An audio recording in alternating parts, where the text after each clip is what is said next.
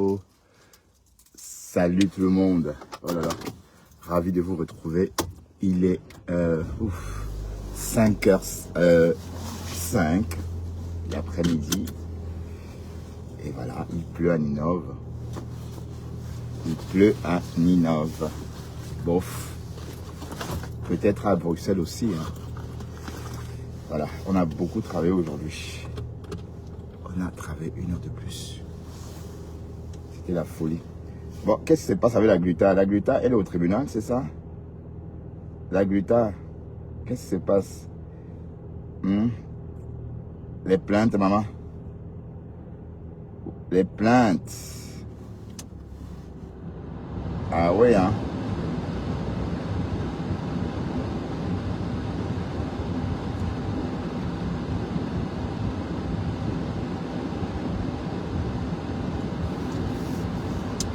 Bonjour, bonjour. Comment allez-vous, mes chéris? Vous allez bien? Vous allez bien?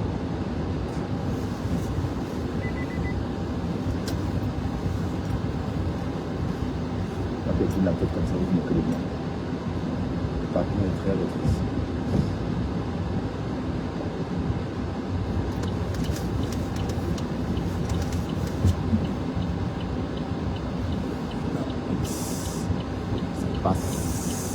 Ça casse. Ça passe ou ça casse.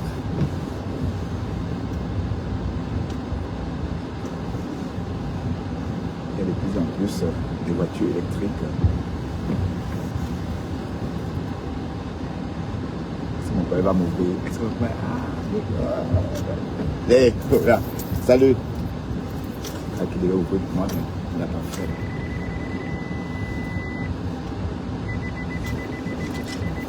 Vous allez bien? C'est que le nickel là, franchement, c'est moi.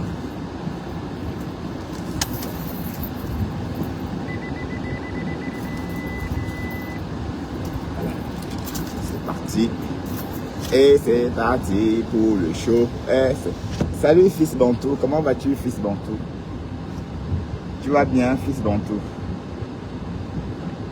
Est-ce que le fils Bantou va bien? Salut fils Bantou.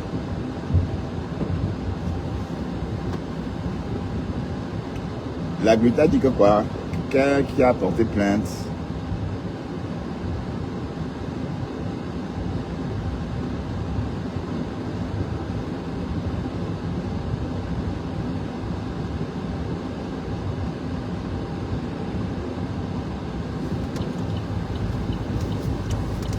Voilà. Et c'est parti pour le show. Et c'est parti. Bon, je vais chez Sokocho. Ouais, c'est Sokocho qui...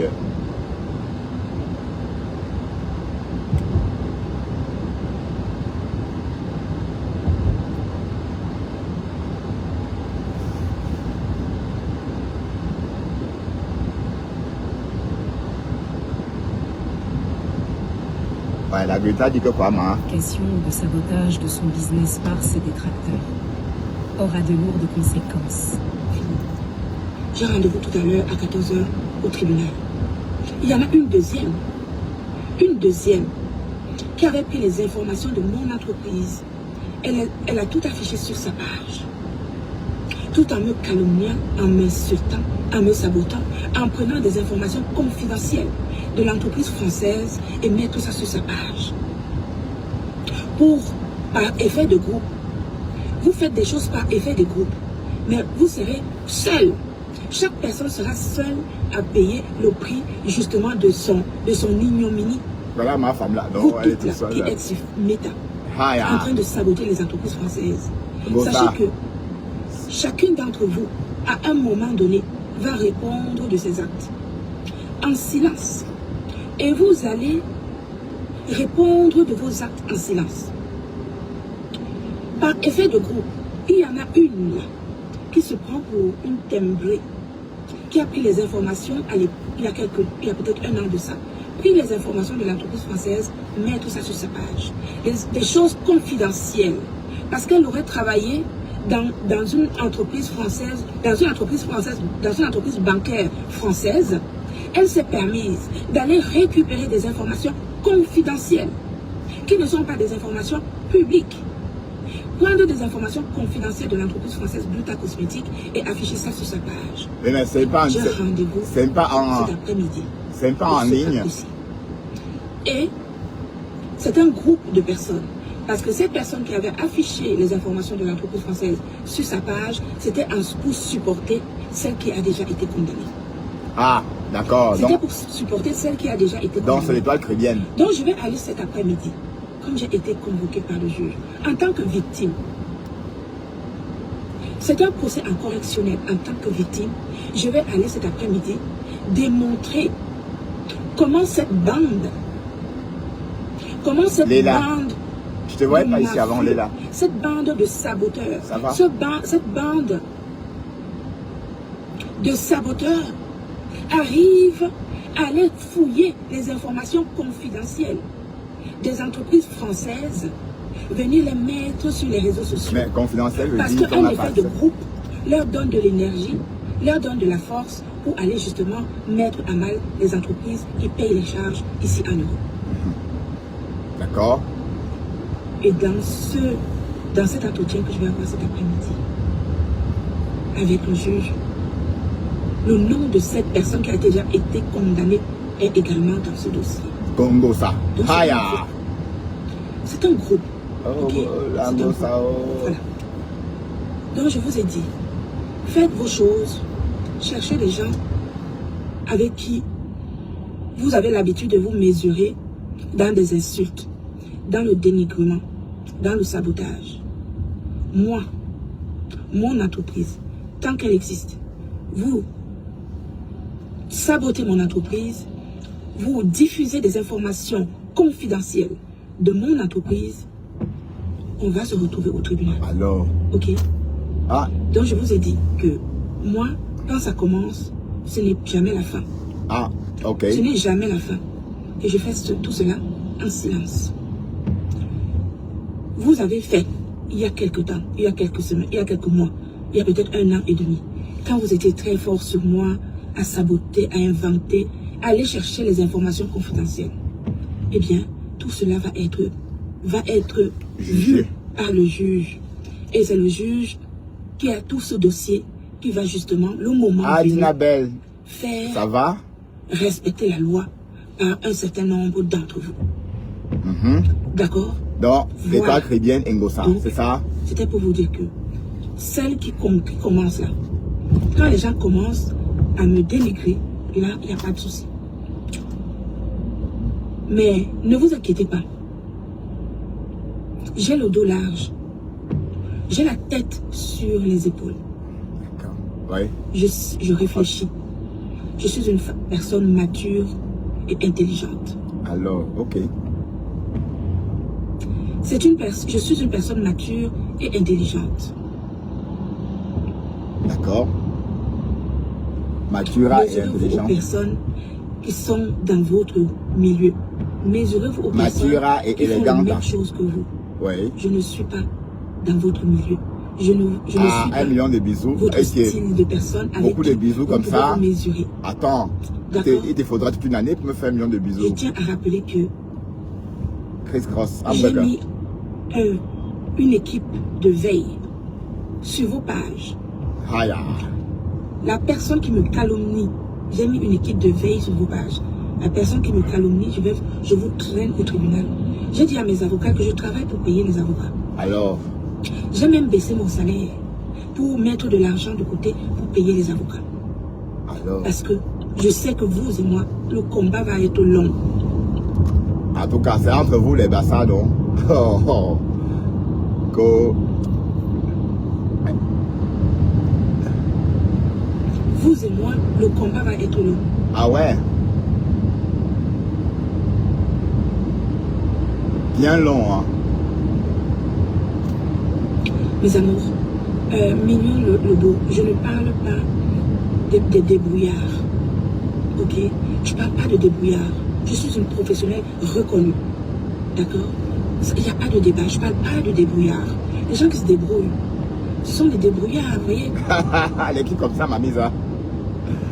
Waouh, la gluta. Un vendeur à la sauvette qui est au marché central se débrouille pour pouvoir manger, pour pouvoir arrondir, faire 15 000 choses. Moi, je suis une professionnelle qui fait un seul travail. Et je vis avec, je paye les salariés avec. Je veux dire, je ne parle pas de débrouillards. Je ne parle pas des vendeurs à la sauvette. Je ne parle pas des gens qui ne peuvent pas aligner une seule phrase en français. Même pas en anglais. Donc, je ne parle pas des débrouillards. Je dis simplement ici, sur ma page professionnelle. Je dis ici sur ma page professionnelle. Celui qui veut entendre, l'entendre. Celui qui veut comprendre, comprenne. Que je ne suis pas les autres. Je dis ça, que je ne suis pas les autres. Les autres laissent, mais moi je ne laisserai pas. Je ne laisserai pas.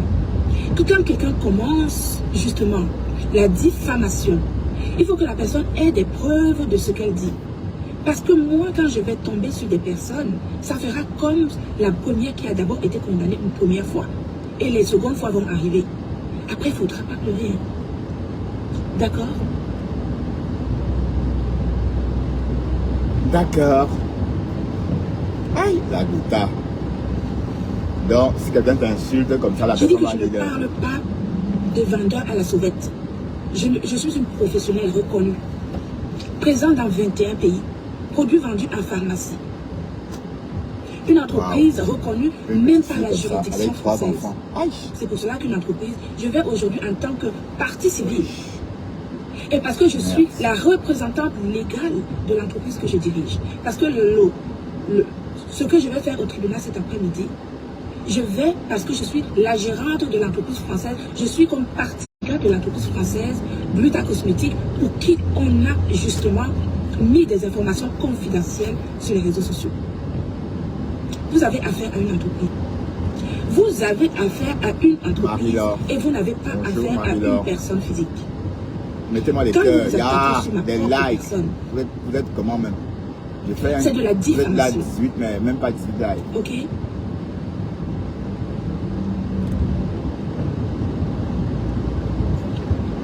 Si vous me diffamez, moi personnellement, vous allez me trouver sur votre chemin. De la même manière. Si vous sabotez mon entreprise, vous allez trouver l'entreprise française que je dirige sur votre chemin. Entreprise française, Et ce que je vais faire cet après-midi, ça concerne justement l'entreprise française, Bluta Cosmétique. Vous allez comprendre. Vous allez comprendre qu'il y a des uns et il y a des autres. Il y a les uns et il y a les autres. Moi, je ne suis pas dans votre jeu. Jouez avec qui vous voulez. Mais vous n'allez pas jouer avec moi. Parce qu'à chaque fois que vous allez jouer, vous voulez jouer avec moi, vous allez me retrouver devant vous, juridiquement parlant. Je ne discute pas avec vous. Je ne suis pas à vous m'engueuler avec vous. Je ne suis pas là pour vous insulter. Si votre énergie, c'est pour mettre dans la négativité, moi, mon énergie et ma santé mentale, je la réserve pour les choses positives, pour les conférences, pour la vente de mes produits, pour l'accompagnement de mes revendeurs, pour mes actions sociales, c'est-à-dire les personnes albinos. Vous savez que c'est ma famille, les albinos, c'est ma famille, d'accord? Elle est albinos aussi, ma. C'est ma famille, ok? Le reste là, où vous êtes là à longueur de journée pour vendre un produit, dont vous ne savez même pas la composition, vous ne savez même pas ce que c'est qu'un principe actif, vous ne savez même pas ce que c'est que la composition d'une formulation, et vous osez à longueur de journée parler d'une personne qui est formée, professionnelle, reconnue juridiquement, socialement, bien installée depuis des années en France. C'est de moi, c'est sur moi que vous voulez mettre votre aigreur, c'est sur moi que vous voulez mettre vos rides, c'est sur moi que vous voulez mettre vos taches, c'est sur moi que vous voulez mettre vos cernes, c'est sur moi que vous voulez mettre votre visage néandertalien. Je vous assure. Et si vous me cherchez, vous allez me trouver. Bah, toi aussi, tu es d'origine néandertalienne, non? Si vous me cherchez. Ah non, l'homme de Cro-Magnon. Si vous cherchez la Gluta, vous allez la trouver. Si vous me cherchez, vous allez me trouver. Où que vous soyez dans le monde. Et qui est, même en Belgique, maman. Oh, Cocolo. Même en Amérique. Si vous me cherchez, vous allez me trouver, où que vous soyez dans le monde.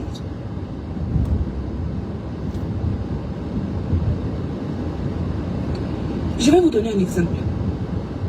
J'ai eu un procès avec une entreprise américaine. Oui. Celle que tu J'ai avais. gagné ce procès. Ah, ah Pour la bon? main. Cette entreprise est installée aux États-Unis. Oui. Tu les as dénigrés et puis? Nous avons saisi, mes avocats ont saisi la Food and Drugs Administration aux États-Unis. Dans le cadre de ce procès avec cette entreprise américaine. D'accord. Donc, mes avocats sont en contact avec le Food and Drugs Administration aux États-Unis. Donc, cherchez des personnes avec qui vous pouvez vous engueuler sur les réseaux sociaux. Moi, je ne suis pas le genre de personne avec qui vous pouvez vous mesurer. Je vous préviens.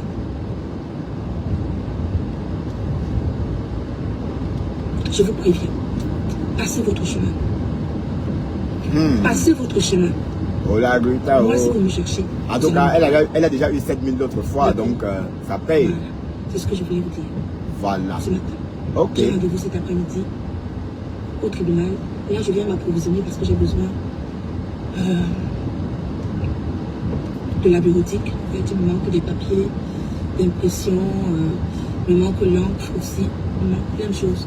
Moi, c'est ce que je me suis venu chercher. Et également des cartons d'expédition parce que ouais, la je suis en paperasse, promotion spéciale la Saint-Valentin sur TikTok Shop. Et je suis très occupée justement à cette campagne. Voilà. Alors, pour vous qui êtes ici sur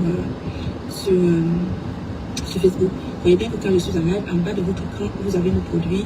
Vous pouvez également, dès à présent, enfin, à tout moment, vous cliquez sur le panier en bas de votre écran. Il y a une image d'un petit sac, là, vous cliquez dessus et vous pouvez acheter vos produits en cliquant sur les produits qui vous intéressent à partir d'ici. Ok? Madame Chapuis réagit aux accusations de Dorcas, qui affirme qu'elle aurait évité la confrontation au commissariat. Écoutons. Attends, je suis même dépassé, hein. Toi, te convoque, tu fuis, on t'arrête à l'aéroport. On te met en prison. Tu puges la beige de Douala. Avec les moustiques qui pèsent 150 kilos. Les moustiques qui pèsent 150 kilos. Avec la chaleur de Douala. Hein? Je ne vais pas l'avoir les données, ça. Donc, il ne faut pas ajouter le clash dans mon direct. Tu vois, non, il ne faut pas ajouter. Je suis toujours dans les répliques que j'ai fui la confrontation. Non, tu n'as fait aucune confrontation. Tu es une femme très occupée, voyons. Mais attends, que moi j'ai fait la confrontation. Toi, on t'a convoqué. Tu es allé à toi là. Tu me rends maintenant le billet d'avion du Togo. Mais c'est qui comme ça? Du Togo. Pendant qu'on t'attend, on t'attira. Tu dors 4 jours en cellule, même caleçon, même robe, même chose. On te ramène. Et pour toi, moi quand on doit me convoquer, une seule fois, Chapuis doit laisser ce qu'elle a à faire pour aller à la confrontation. Non, arrêtez un peu. J'ai le temps. J'ai le temps. J'ai le temps. Je ne suis pas pressé. Et je ne vais pas dévoiler quoi que ce soit ici. Une confrontation. Et si... Non, ne dévoile pas. Mais on devait la confronter seule, non? Elle est obligée de battre. En fait, une plaignante fuit quoi? Ça, c'est l'illettrisme.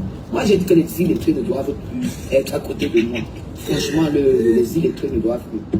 Donc, moi, j'ai fui. J'ai appris ça depuis ce matin. Puis ça me fait. Tu fais quoi? Tu as fait quoi? Tu travailles, tu es au travail. Je n'étais même pas au travail. Ne me prête pas tes mots. Je respecte la République. Okay. Quand les gens ne sont pas au courant des choses, moi, je suis au courant de ce que eux, ils doivent faire. Mais elle n'est pas appelée à être au courant par rapport à ce que moi je fais, parce que c'est moi la plaignante. Hein? D'accord. C'est elle qui est pressée de faire vite pour qu'on la. C'est comment être libre. Elle veut du tout voir pour toi. Non, elle a tellement envie de voir madame Chapuis. J'ai dit qu'elle ne peut pas le clash dans le truc-ci. Laisse-moi faire mon live. Je ne peux pas. Laisse-moi faire mon live. Je n'étais pas occupé. Elle dit que j'étais occupé, ça veut dire que j'ai méprisé une convocation. Et je ne veux pas ça. Je suis une républicaine, je suis la belle de la République. Et je respecte la loi. Et puis c'est tout. La belle de la République. Voilà. Donc en fait, qu'est-ce qui se passe? Il faut déjà lire les instructions du procureur. Est-ce qu'elle a alors accès aux instructions du procureur? Non. Le procureur dit quoi, Macha? Je n'ai pas besoin du perroquet, même marcher. Et je n'ai pas besoin d'aide. Je suis la force que j'ai pour le combat, vous ne pouvez pas imaginer. Donc, je n'ai pas besoin de ça. Le bien, c'est que je suis les instructions du procureur. C'est tout. Je suis les instructions du procureur. Et quand on me dit même que moi j'ai fait, ça veut dire qu'elle était à la confrontation. Ouais, elle était. Elle était à la confrontation aujourd'hui. Dites-moi, si elle était à la confrontation pour l'attendre, vous n'avez pas, vous ne réfléchissez pas. Vous ne réfléchissez pas. Ça ne vous dit rien du tout. J'aime pas les personnes qui sont pas intelligentes. Bon, j'aime pas les personnes qui sont pas intelligentes. Confrontation, ça veut dire quoi? Confrontation, ça veut dire quoi? Merci beaucoup, merci beaucoup. Oui, j'ai ce foulard parce que j'ai deuil. On a enterré une belle nièce aujourd'hui.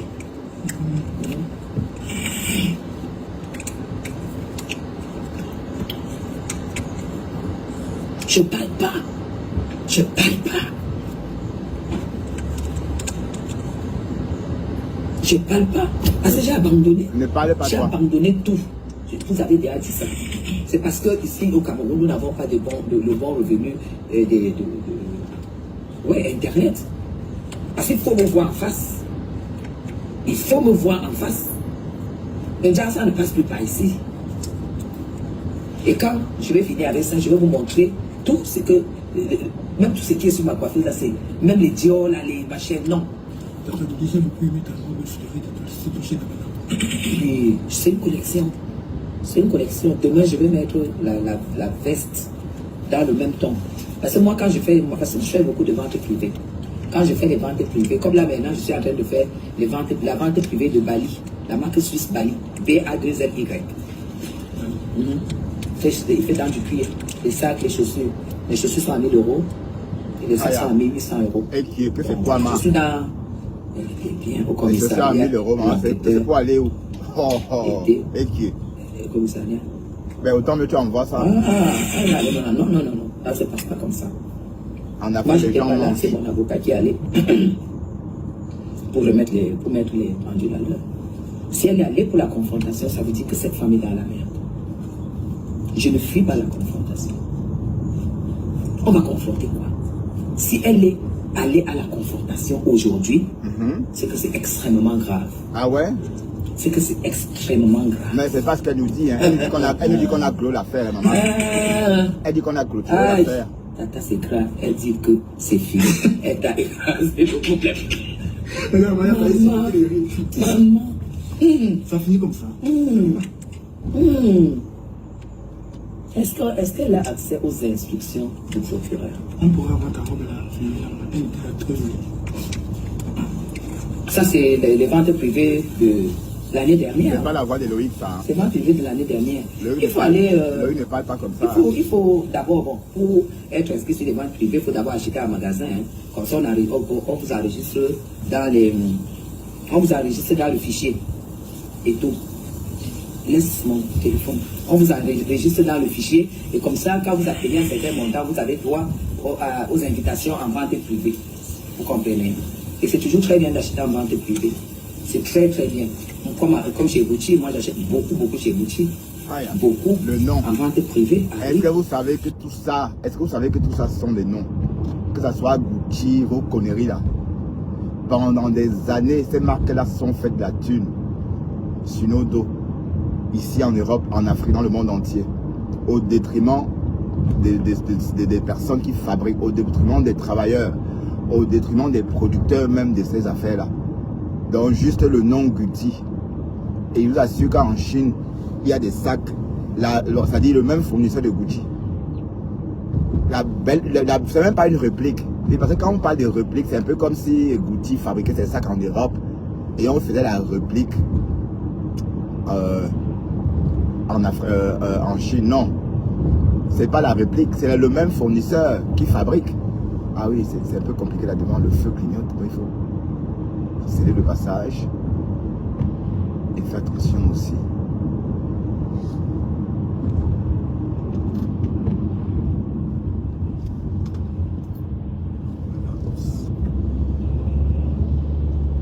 Donc j'étais en train de dire qu'en fait, tous ces affaires-là, tous ces sacs de marque là, Gucci, machin, Céline, tout ça, ça vient de Chine. Même les Nike, tout ce qu'on porte, ça vient de Chine. Voilà, donc Internet alors a... Bon, vous savez, les Chinois ont développé Alibaba pour tuer, pour faire du mal aux Européens. Vous voyez? Donc les Chinois ont tué les ventes en magasins physiques. Donc les magasins physiques sont en train de fermer. Voilà, tous sont en train de fermer. Tous. Et c'est grave en France. Bon, depuis le Covid, hein, vous savez que le Covid, il y a des centres commerciaux en France qui bougeaient, allez, dans Paris même, qui est à l'abandon. Parce qu'il n'y a plus personne dans ces centres commerciaux-là. C'est que les gens venaient là-bas autrefois acheter, ils n'ont plus besoin de venir là-bas. Ils achètent désormais sur Internet. Mais qui part encore acheter des vêtements au marché? Bon, les vêtements que j'achète au marché, c'est vraiment pour tuer le temps. C'est vraiment pour m'amuser en fait. Mais sinon, je sais bien que voilà, si je me connais sur Temu, je remplis mon panier. Hein. Et en quelques jours, c'est à la maison. Donc c'est aller. Donc arrêtez de dépenser des sommes astronomiques pour des sacs. Parce qu'un sac que vous vendez à 30 000, machin, tout ça, que vous achetez à 30 000, c'est des sacs, c'est le nom. Franchement, c'est le nom. Et les mêmes sacs, vous allez les trouver en Chine. Voilà. Vous allez trouver les mêmes sacs en Chine. Et apparemment, en Chine, on peut même mettre ton logo dessus. Ça veut dire que tu achètes tes sacs, la même chose que Gucci. Mais au lieu de Gucci, on met Bertrand Chic Saumon, par exemple. Voilà. Voilà, tu as ta marque. Mais sauf que les gens ne vont pas aimer parce que oui, c'est pas Gucci. Hey, Seigneur. Mais ça va disparaître tout ça. Les Chinois sont en train de tout gâter.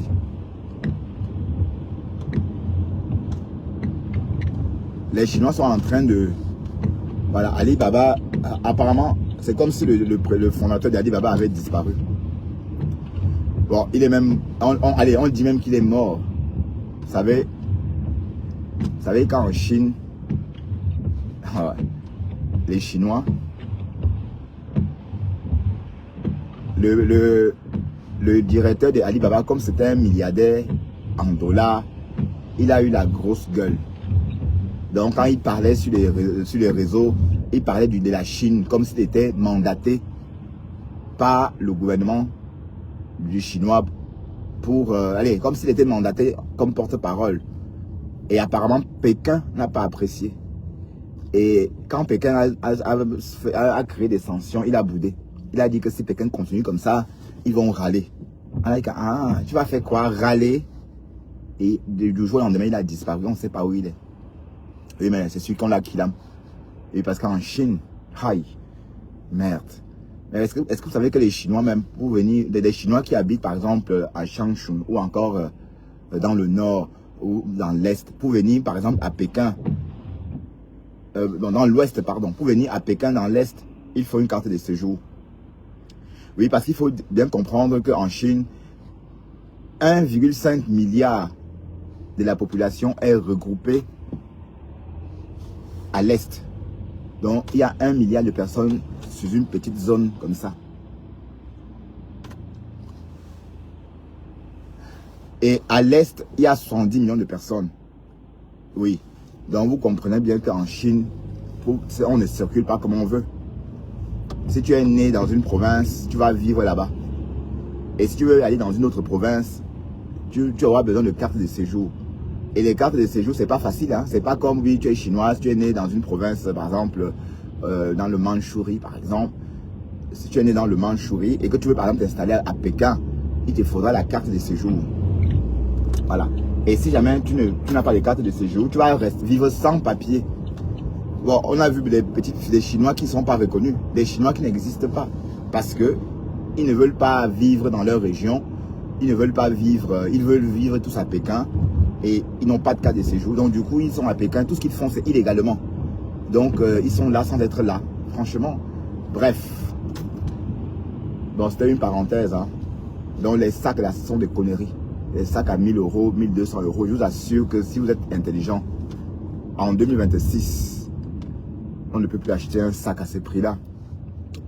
Hein? Et les seuls sacs même qui peuvent aller, qu'on peut acheter aussi cher, sont les Louis Vuitton, la maroquinerie, parce que ces sacs Louis Vuitton, ce sont les Sénégalais qui les fabriquent. Hein? Vous voyez les punaises là, allez, la façon dont c'est soudé là. Ils soudent avec des punaises.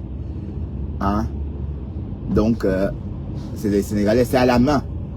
Dans Louis Vuitton, il y a une bonne partie des sacs Louis Vuitton produits en France. Hein? Donc, ça, comme c'est à la main, d'ailleurs, c'est pourquoi c'est pas facile d'avoir un sac Louis Vuitton. Il faut attendre. J'ai même vu les gens prendre l'avion, maman, pour aller acheter le sac à Londres. Que wow, j'étais à l'avenue Louise. On m'a dit que non, je dois attendre 1 an. La vendeuse m'a conseillé d'aller plutôt à Londres. Et si je commande à Londres, par exemple, j'attendrai 1 semaine ou 2 semaines. Voilà, mais ça c'est la folie. Faut pas oublier qu'on vient d'Afrique, hein? Qu'on vient d'un continent trop pauvre. Parfois, il y a des choses qu'on ne peut pas faire. Pas parce qu'on ne peut pas, mais parce ça serait trop mal vu. Vous voyez un peu. Bah oui, ça serait trop mal vu. Oui, parce que je vois les blacks qui achètent des Weston. Ces chaussures-là, c'est pour aller où? Et quand vous regardez, même eux, ils ne travaillent pas. Ils n'ont, allez, c'est leurs économies. Parfois, c'est des hommes politiques des pays d'Afrique. Et donc, oui, tu achètes ta Weston à 3000 € la pièce, par exemple. Est-ce que ça a un sens? Même si tu es dirigeant africain. Même si tu es dirigeant africain, ça n'a pas un sens. Un pays où le PIB est tellement bas. Et toi, le dirigeant, tu vas porter des chaussures à 3000 €, à 2 millions. Donc, vous voyez bien que ça n'a pas de sens. C'est pourquoi moi, les gens, allez, une personne intelligente n'a pas besoin d'être bien sapée pour ressortir son intelligence. Même une personne, même si elle n'est pas bien sapée, dès lors qu'elle a porté un jean, un t-shirt, une paire de baskets et dégaine son intelligence, on voit que du feu. On veut plus ça. Donc du coup, tout ce qu'elle a porté va être considéré comme la marque. On est d'accord? Parce que c'est bizarre, je n'ai jamais eu d'engouement pour des marques. Ou c'est parce que moi j'ai grandi dans ces marques-là, ou je ne sais pas. Oui, parce qu'il faut quand même dire que mon père adoptif, lui, il faisait la ligne de l'Italie et de la France. Donc quand j'étais ado, j'avais une collection Pierre Cardin pas possible. Et j'ai 51 ans et je pense encore à cette collection Pierre Cardin là. Il fallait voir comment mes professeurs assaquaient, regarder mes chaussures. Vous voyez les ballerines des hommes là, les Pierre Cardin, Xavier Dano, les chaussures Charles Jourdan, les anciennes, les marques d'avant là. Bon, c'est vrai que ces marques là n'existent plus, hein. La marque Charles Jourdan, Pierre Cardin en chemise. J'avais une collection. Et quand c'était pas les Pierre Cardin, c'était des Benetton, des t-shirts Benetton. Et un t-shirt Benetton, 10 000, 15 000. Hein. Ah oui, oui, oui. C'est vrai que peut-être c'est pour ça que c'est vrai, j'avoue que je ne suis pas du tout intéressé par les marques. Oui, parce que d'un côté aussi, mes professeurs me détestaient quand j'étais au collège, en 6e. C'est qu'ils ne comprenaient pas pourquoi est-ce qu'un petit garçon comme moi portait... oui, c'est comme ça. Quand vous avez un papa commerçant, vous avez accès à tout. Et je portais des chaussures qu'on ne voyait même pas au Cameroun. Il fallait voir mes professeurs, quand ils expliquent les cours, ils passent au couloir, ils quittent mes pieds comme ça. Ouais. Et c'est vrai qu'à l'époque même, je ne comprenais pas trop. Hein. Et le parfum Telapudus. Donc non seulement tu sens bon, hein, en 6e, tu as ton Telapudus, tu sens le Telapudus. Ben, tout le monde connaissait le Telapudus. On sait que ce n'est pas un parfum donné, même si ça a perdu de sa valeur. Là, il faut que j'en achète encore pour revivre cette senteur de mon adolescence. Le Telapudus.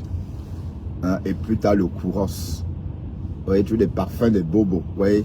Oui, parce qu'il faut quand même rappeler qu'un flacon de Kouros coûtait quand même 40 000. Hein. Hein? 40 000, le flacon. Voilà. Et oui, j'ai porté trop de marques quand j'étais ado. Donc là, depuis que j'ai eu mon indépendance, oui, quand j'ai commencé à acheter mes vêtements, je ne voulais plus quelque chose de marque. quand j'ai eu mon indépendance, parce qu'en fait, quand je vivais à la maison, il y avait des choses que je ne pouvais pas porter. Il y avait des vêtements que je ne pouvais pas porter. Hein. Vous savez que c'est mon père adoptif qui faisait la valise. Donc à chaque voyage, il te ramène une valise et voilà. C'est comme ça. Même ce qu'il a choisi, même si tu n'aimes pas, tu vas porter. Ouais, c'était trop, il était trop autoritaire. Même ce que tu n'aimes pas, tu portes. Voilà, ainsi de suite, ainsi de suite. Et jamais on marchait, on portait jamais de sandales à la maison. C'est pourquoi même jusqu'au jour d'aujourd'hui, vous me verrez jamais chez moi. En fait, rarement en sandales. Rarement. Oui, parce que même quand je suis à la maison, je suis toujours chaussé. Vous voyez un peu, parce que c'est une habitude. Oui, parce que même mes cousines, là, ma cousine avec qui j'ai vécu, j'ai grandi, hein, elles sont plus jeunes que moi. Bon, elle, il, hein, parce que, voilà. Même jusqu'au jour d'aujourd'hui, quand elles sont chez elles, on a l'impression qu'elles sortent. Alors qu'elles sont là, elles sont à la maison. C'est une habitude, en fait. Oui, les marques, non. Les marques, non. Si les marques pouvaient rendre quelqu'un immortel, je serais immortel à cause des marques. Oui, à l'époque, je ne savais même pas ce que c'était. Tu portais seulement. C'est au fur et à mesure que je comprenais que oui, c'était des trucs chers. Parce que quand même, pour ceux qui ont mon âge, à une époque, il y avait des chemises Pierre Cardin avec des feuilles d'avocat comme ça. Ces chemises à cartonner dans les années 90. Hein? Voilà. Et quand je repense à ça, à cette époque-là, normalement, on ne devait pas m'offrir des choses comme ça à cet âge-là. Voilà. Mais quand vous avez un oncle, un père commerçant, hein, vous vous servez. Donc je me servais, effectivement. Vous parlez de quoi? On parle de quoi là même? Et c'est sans compter les films.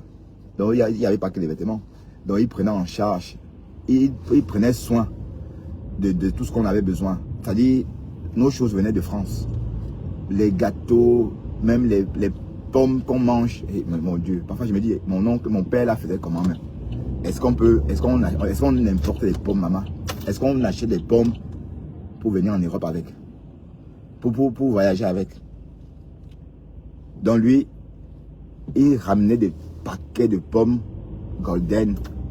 Voilà, vous voyez? C'est comme ça. J'aime pas les gens égoïstes comme ça.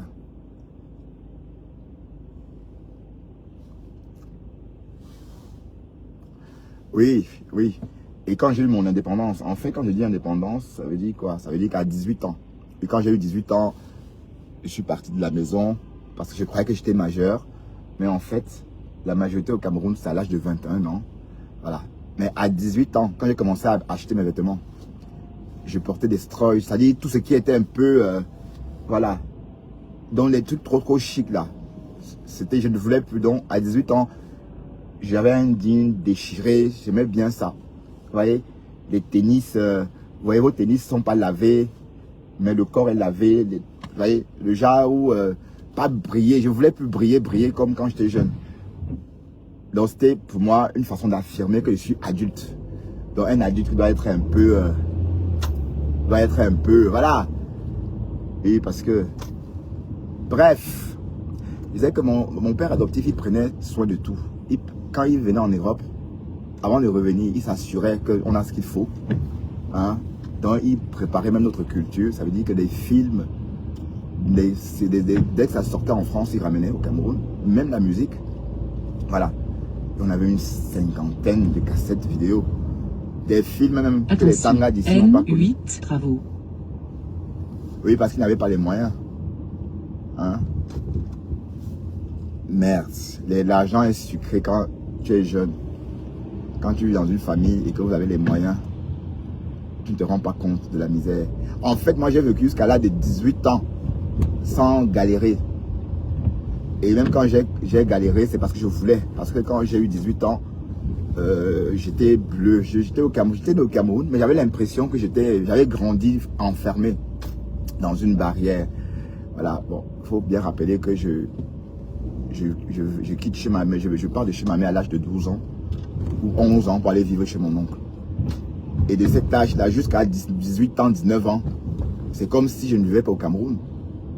Même ma petite soeur avait plus de liberté que moi. Ma petite soeur, quand on sortait pour aller à des fêtes de famille, nous on devait tous rentrer. Hein. À 20 h, on devait tous rentrer. à la maison. Oui, et ma soeur, mes frères, eux, ils restent, ils font une joka. Ils étaient libres là-bas, chez ma mère. Mais nous, c'était, oui, c'était une prison, mais dorée quand même, hein, parce que, une prison dorée. Non, je ne peux pas me plaindre. C'est pourquoi moi, ouais, le frère, c'est le petit frère de ma mère, en fait, ce père adoptif-là.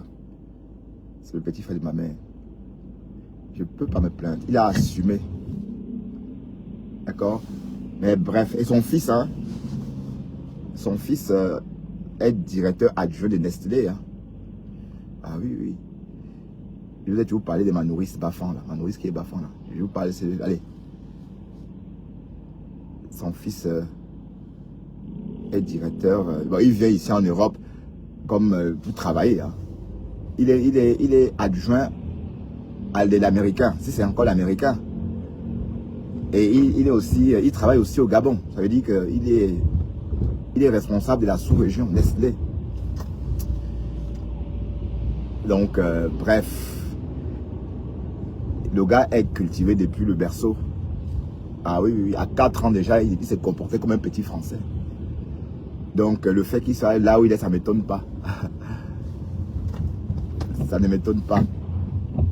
Bref, les marques, si vous avez compris mon problème avec les marques, vous voyez pourquoi moi je suis non-marque.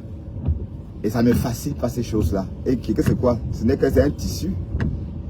La seule chose qui m'a toujours fasciné, c'est l'or. D'accord? Et je me souviens quand j'étais adolescent, j'avais ma chaîne en or, grain de café, un cadeau que mon père adoptif m'avait offert.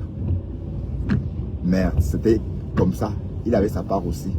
Ma nourrice avait sa part. Bref, on avait tous nos chaînes, même les enfants. Mais sauf que pour les enfants, ils étaient plus petits. Mais la mienne était comme ça. Mais si je vous dis à combien j'ai vendu cette chaîne-là, quand j'ai déménagé de la maison, quand j'ai essayé de vivre, allez, parce que je voulais mon indépendance.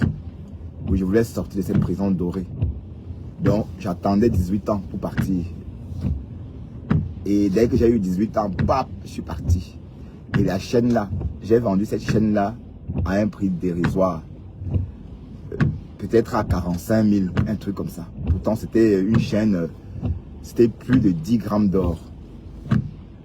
Alors, quand je suis arrivé, bon, pour ceux qui savent, hein, là-bas, près de China Optique, hein, il y a un peu à quoi là. C'était mon fief. Et parce que quand j'ai vécu plus là-bas, quand j'étais adolescent, quand je suis parti de la maison. Donc, la zone sable, la Bonamousse a dit, je ne voulais plus entendre parler. J'étais plus à Bonadibon, Bali. Donc, j'ai vécu là-bas jusqu'à partir du Cameroun. Et aussi, je voulais aussi vivre des choses, des sensations au Cameroun. Bon, et je me trouvais trop bleu, trop juste. Donc, j'ai donc décidé d'aller à Nouvelle et je me suis fait des amis à Nouvelle. Et j'ai commencé à aller à Nouvelle. Et les premiers mois, je rigolais tellement. Oh putain, j'étais tellement fasciné d'écouter les femmes bandites raconter leurs histoires. Ça me fascinait. Oui, j'avais jamais vu ces choses-là. Ça m'étonnait en fait. Oui, c'est vrai, quand vous êtes jeune, tout vous étonne. Et c'est vrai que quand les Benguis arrivaient au Cameroun, quand je leur disais que je vis au Cameroun, ils ne pensaient pas. Hein. Pour eux, non. Oui, parce que on vivait bien. Ah, ça, on vivait bien. Quand il y a les dos au Cameroun, ah oui, quand il y a les dos, la vie est agréable. Bon, et après, tu t'habitues aussi. Hein. On vivait très, très bien.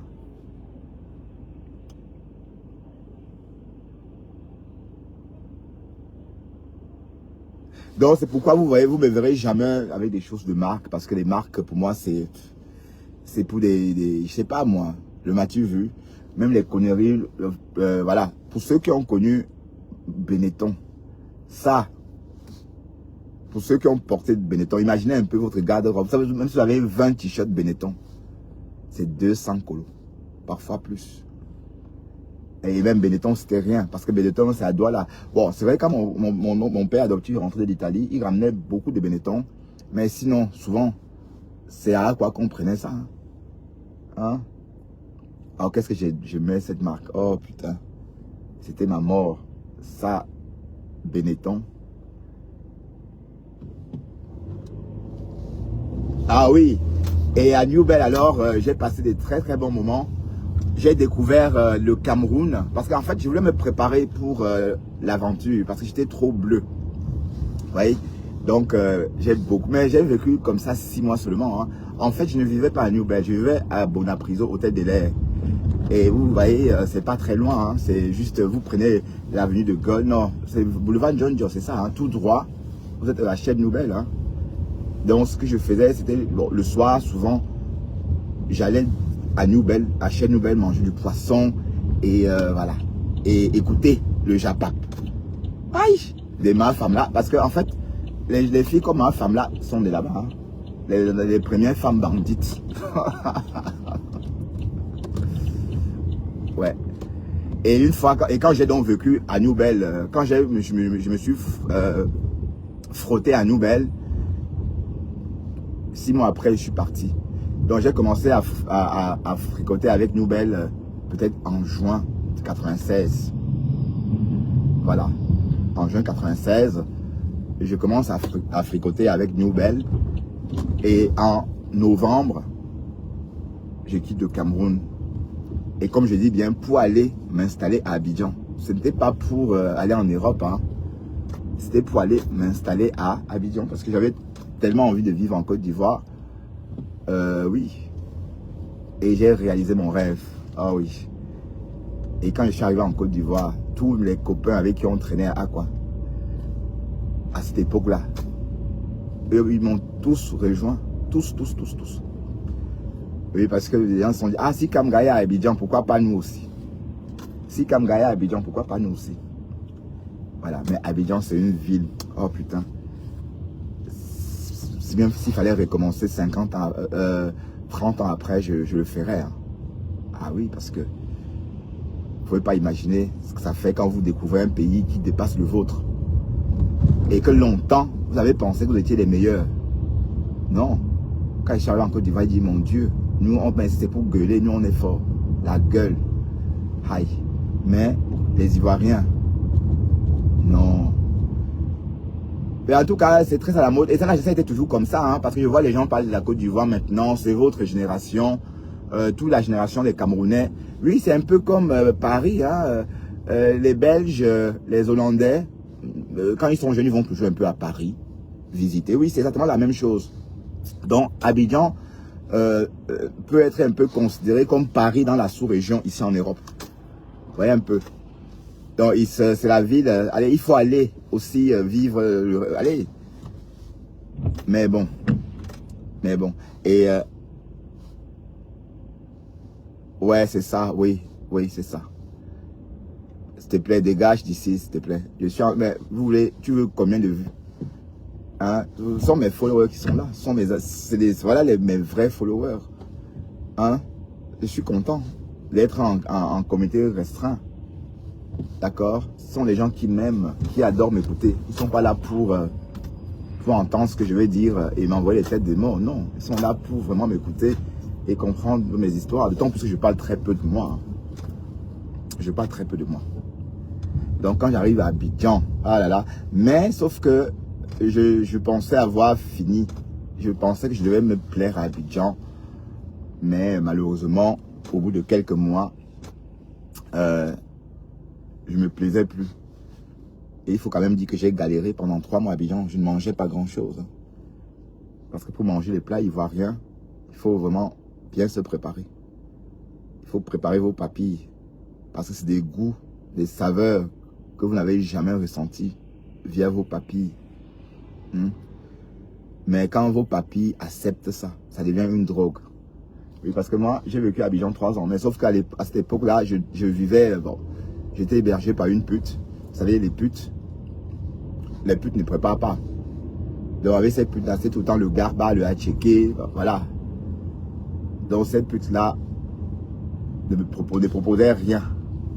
Mais j'ai fait la connaissance d'une fille baoulée qui habitait à Yopougon. Donc j'ai donc quitté le centre-ville chez les putes parce que les putes habitaient à 2 plateaux gobelets. Pour ceux qui connaissent la Côte d'Ivoire, 2 plateaux gobelets, c'est 2 plateaux, mais sauf que c'est une partie des 2 plateaux. La route des Engrais. Bon oui, C'est ce qu'on disait. Vous voyez là-bas la route de engrais pour donner plus de précision au chauffeur. Donc j'ai quitté 2 Plateaux Gobelets pour aller vivre avec cette baoulée là, en famille. Voilà, donc c'est là-bas que je me suis vraiment familiarisé au plat ivoirien. J'ai osé goûter mon premier foutou. Oui, parce que le foutou, quand je voyais les femmes piler ça à 2 Plateaux Gobelets, ça me dégoûtait. Vous voyez? Et le garba là, vous voyez le poisson, le hatcheké, Jean là. Oui, c'est vrai que le garba, c'est le hatcheké en vrac. Vous voyez? Le garba, c'est le hatcheké en vrac. Et Seigneur, écoutez un peu ce qu'on met dedans. En fait, c'est du hatcheké en vrac, servi avec un maquereau grillé. Et le jus qu'on met dedans, c'est l'huile noire du maquereau, l'huile de friture. Vous savez, quand on grille le maquereau, ça noircit l'huile. Donc, quand vous achetez votre garba, on vous donne votre morceau de garba, votre morceau de poisson, et on met un peu d'huile noire comme ça. Quand je vois ça, ça go. Donc, j'ai fait 3 mois à 2 Plateaux Gobelets sans jamais manger. Donc, je ne me nourrissais que du lait caillé, omelette, spaghetti, omelette, oui, des choses comme ça. Et quand j'arrive donc à 2 Plateaux, à Yopougon, dans cette famille baoulée, et je commence à manger le foutou. Oui, parce que déjà la famille, on prépare, on pile, tu ne vois pas les micmacs, tout ça, et on sert à table. Et les premières semaines, c'était pas trop ça. Mais quand j'ai commencé à aimer, maman le foutou là, merde. Quand j'ai commencé à aimer, je me suis retrouvé en train d'aller manger le foutou au restaurant. Ah oui, j'ai mangé le foutou au restaurant. Parce que c'est trop bon. Hein? Voilà. Et après ça, il y a eu d'autres sauces.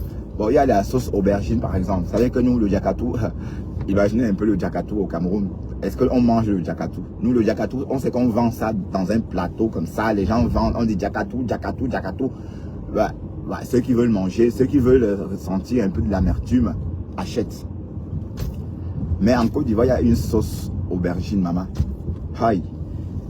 Quand tu n'es pas habitué, tu as l'impression que c'est trop amer. Mais quand tes papilles prennent goût, merde. Ça devient... Oui, il y a trop de choses que j'ai appréciées. Par exemple, le poulet Kédjenou, par exemple. Pour le poulet Kédjenou, au début, ce qui me fascinait, c'était la façon de préparer.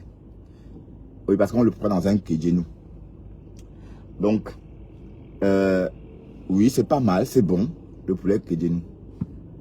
Et sauf que le poisson braisé des Ivoiriens, c'est pas comme le nôtre. Hein. Le poisson braisé en Côte d'Ivoire, certes, allez, moi je préfère le poisson braisé en Côte d'Ivoire. Et parce qu'on te sert un bon plat de poisson et beaucoup de légumes. Vous voyez? Donc tu as ton poisson et beaucoup de légumes. Et un peu d'atchéké. Bon, il n'y a pas de carottes de manioc là-bas. Voilà, donc, vous voyez un peu... non, c'est dans cette famille, c'est chez cette famille que j'ai commencé vraiment à apprécier les plats ivoiriens. J'ai découvert la sauce aubergine, la sauce graine. Bon, la sauce claire, ça va. La sauce claire, elle est simple à consommer, elle n'est pas difficile, elle est bonne. J'ai découvert la sauce niang niang. Oui, vous savez, la sauce niang niang.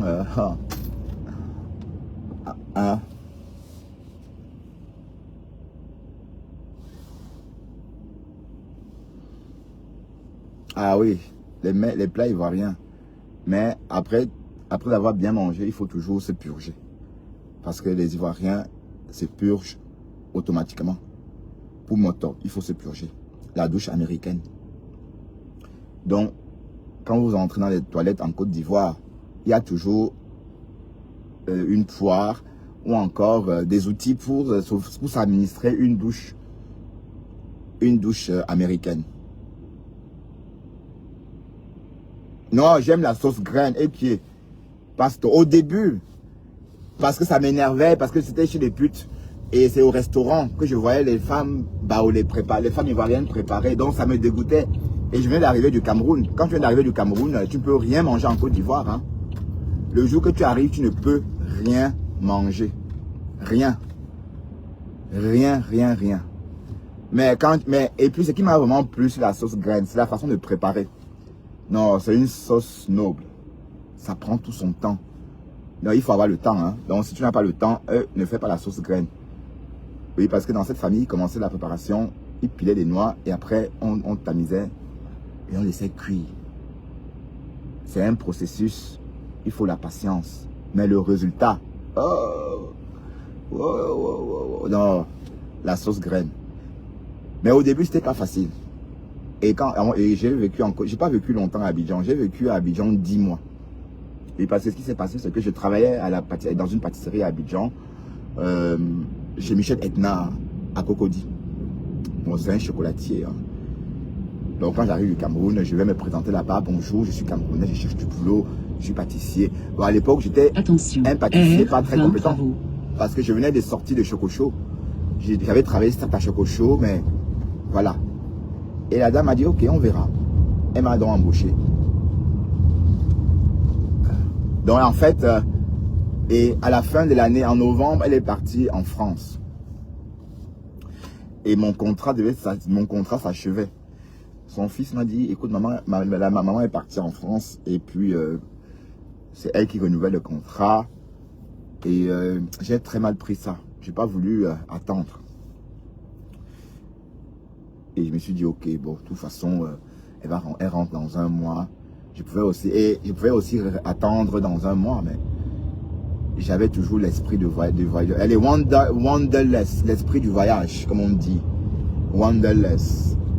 Donc du coup, je me suis dit, voilà, j'ai vécu 2 semaines et puis j'ai pris la route, direction.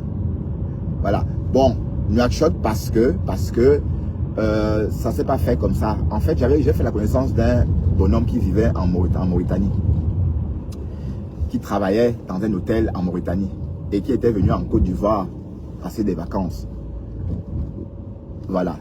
Il m'a dit, écoute, tu es pâtissier, moi je suis pâtissier aussi à Nouakchott dans un hôtel qui s'appelle Hôtel Alima. Si tu veux, tu viens, tu postules, ils vont t'embaucher. Parce qu'il y a des pâtissiers qui sont rares à Nouakchott. C'est ce qu'il me dit. Bon, j'ai un peu cogité et après, j'ai dit pourquoi pas. Mais c'est vrai, quand je prends la route pour aller, je ne pensais même pas travailler là-bas. Je suis en train de tracer mon chemin. En fait, je vais à Alger. Bon, sauf qu'après, je me dis, je prends le mauvais chemin. Donc, partant de l'Abidjan, pour aller à Alger, on ne passe pas par Nouakchott. Sauf que moi, je suis passé par Nouakchott. Donc, du coup, c'était trop compliqué. Donc, quand j'arrive à Nouakchott, on me dit qu'il y a des Camerounais ici. Il y avait un Camerounais pharmacien à Nouakchott.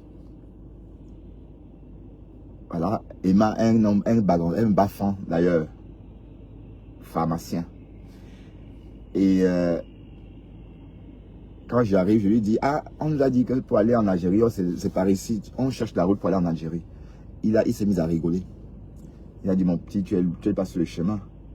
Tu dois ressortir de la Mauritanie. Merde. Quoi? Déjà que pour rentrer en Mauritanie, mais comme on n'est pas mort là.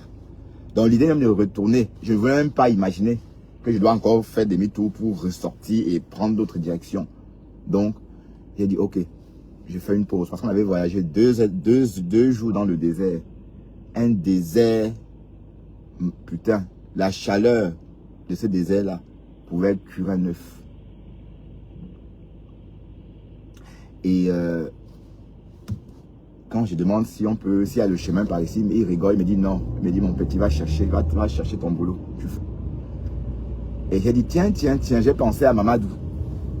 Mais comme là, il n'y a pas de téléphone, à cette époque-là, il n'y avait pas de téléphone, il y avait des petits repères. Je savais qu'il bossait à la boucherie nouvelle, chez une Libanaise qui s'appelait Loubna. Et il avait donné beaucoup de précisions près de l'ambassade de Palestine. Mais comme Nouakchott n'est pas une très grande ville, c'est une petite ville. Quand le compatriote m'a dit d'aller chercher le boulot, que c'est impossible d'aller en Algérie passant par ici. Parce qu'en fait, sur la carte, vous voyez l'Algérie ici, le Fonds Polisario ici, Nouakchott ici. Mais c'est sur la carte. Il n'y a pas de route. Donc, la route, c'est pas de ce côté-là. J'ai dit, ok. Je repense à Mamadou. Et comme la boutique de mon compatriote là était juste sur l'axe central, un peu comme leur avenue Louise. Et la boucherie nouvelle dont tu me parlais était juste là-bas. Voilà, c'est comme ça que je pousse la porte de cette boulangerie nouvelle-là et je postule. Mais, sauf qu'il m'avait dit que ce n'est pas là-bas qu'on cherchait quelqu'un. Hein. On cherchait quelqu'un plutôt à l'hôtel Alima. Parce que lui, il travaillait à la boucherie nouvelle le jour. Et le soir, il faisait le petit déjeuner américain au restaurant Alima. Et lui, il ne pouvait plus. Il était trop fatigué. Donc, il voulait quelqu'un pour le remplacer. Voilà, donc, je vais quand même chez Loubna. Loubna m'embauche. Voilà, c'est ce qui fait que lui et moi, on s'est retrouvés en train de travailler chez Loubna ensemble. Mais, il m'a toujours... Mais l'affaire là... à l'hôtel Alima tenait toujours. Mais par coup de chance, la RAM, la Royal Air Maroc, en 17, cherchait un hôtel à Nouakchott qui devrait livrer les repas, le petit déjeuner de vol. Donc ils ont lancé un concours. Hein. Il y avait beaucoup d'hôtels. Il y avait l'hôtel, il y avait le Sava Novotel, il y avait l'hôtel Alima. Donc tous les pâtissiers de ces hôtels-là devraient préparer un petit déjeuner américain. Et le commandant de bord devait choisir. Donc, quand j'arrive à l'hôtel 2 jours avant, je suis arrivé à l'hôtel et ça tombait bien avec ce concours. Donc, quand je prépare, bon, ça a fait, bon, Madame Zoubeda, hein, elle s'appelait Zoubeda. Elle m'a testé, hein, aussi. Mais sauf que ce que j'ai fabriqué a été sélectionné par le commandant de la RAM. Donc, du coup, elle m'a embauché direct. Mais à Nouakchott, on paye bien. Hein. Le salaire que je gagnais à cette époque-là, c'était plus de 200 000. Je n'avais jamais gagné 200 000 au Cameroun. Maman, j'ai aussi gagné 45 000 à Chococho. Hein. Vous pensez que quoi? Il n'y a pas que vous qui avez gagné 45 000. Moi aussi, j'ai gagné 45 000 à Chococho. Et dans les 45 000, là, ma mère m'attendait. Elle attendait sa part. Waouh, la vie ici. Alors, est-ce que j'ai de la place ici?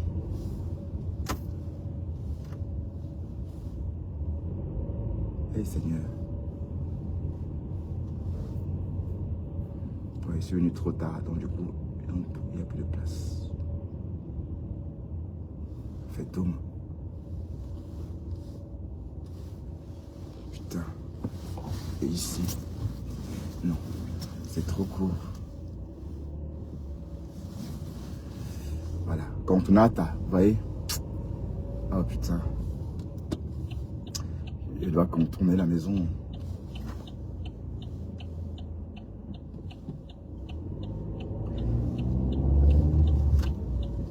Donc, quand je remporte le concours, du coup, on m'embauche. Mais sauf que Loubna aussi voulait de moi. Voilà, donc j'ai chipoté avec ce Mamadou-là pendant. Voilà. Sauf que, comme lui devait partir de l'hôtel, hein, donc on a chipoté ensemble un moment. Et il est parti. Il est parti comme il m'avait dit à Abidjan. Donc du coup, je me suis retrouvé donc seul à l'hôtel. Et putain, il fallait voir ça. Je commençais à 8 h chez Loubna. D'accord? Et je finissais à midi. En Mauritanie, il y a la pause de midi. Non, à 13 h. Non, à midi, je crois. Et je revenais à 13h30 pour finir à 19 h. Ah, le travail de l'Afrique, hein, vous savez. En Afrique, on travaille seulement. On ne veut pas savoir combien d'heures. On veut seulement s'assurer qu'on a du boulot. Et le soir, à 23 h, je devais aller à l'hôtel préparer le petit déjeuner américain. Et à 6 h, le petit déjeuner américain devait être servi. Et il fallait que je dorme juste un peu comme ça pour être chez Loubna.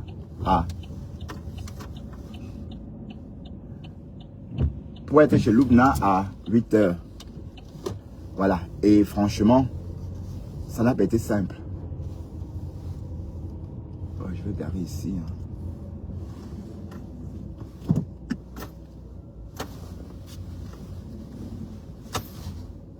Oh.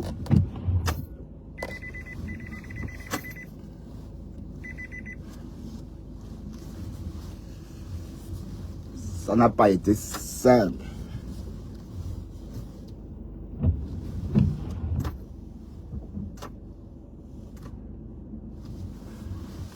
Donc finalement,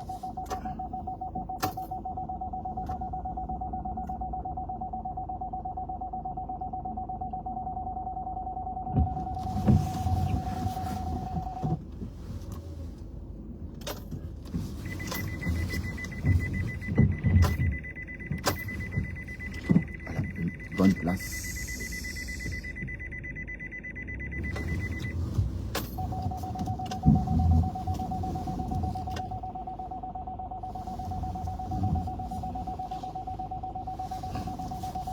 Je vais un peu rentrer comme ça.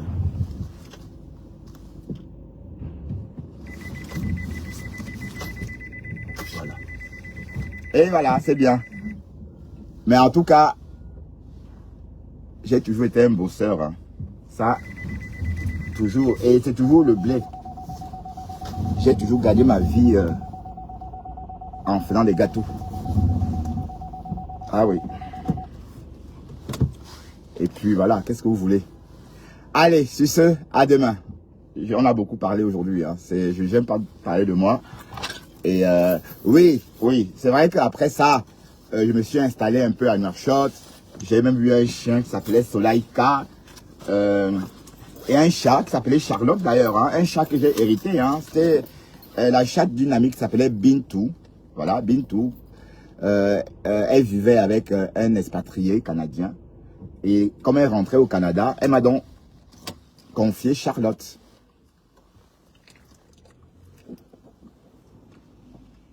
Donc, bref, la suite, un autre jour, étape par étape. Allez, sur ce, à tout à l'heure, mes chéris. En passant, la personne qui est venue m'insulter là, je ne suis pas en guerre avec ma femme là. D'accord? Je suis pas, c'est pas la concurrence avec ma femme. Je ne suis pas en concurrence avec ma femme là. D'accord? Je ne suis pas en concurrence avec ma femme là. Ma femme là, c'est une femme. Est-ce qu'une femme a, la femme c'est normal que la femme ait plus de visibilité que l'homme. Hein? Oui, d'accord. Et qui est le sac. Pourquoi? Parce que on vient aussi voir ses nichons. Hein? Hein? On a vu sa plaque l'autre jour. Le fombo. Ah là là. Alors là, je vais dormir un peu tard ce soir. Parce que quand je dors tôt, je me réveille tôt. Hier, j'étais au lit très tôt. Du coup, je me suis à 3 heures, j'étais debout. Donc, quand j'ai trouvé Mathé en live. Quand je me suis réveillé, elle disait, elle était en train de prendre congé de nous. Allez, j'ai garé loin. Hein. Allez, peut-être un peu. J'ai garé très loin de la maison. Bon, pas loin, c'est aussi mon ancienne adresse. La rue d'Écosse où j'habitais avant.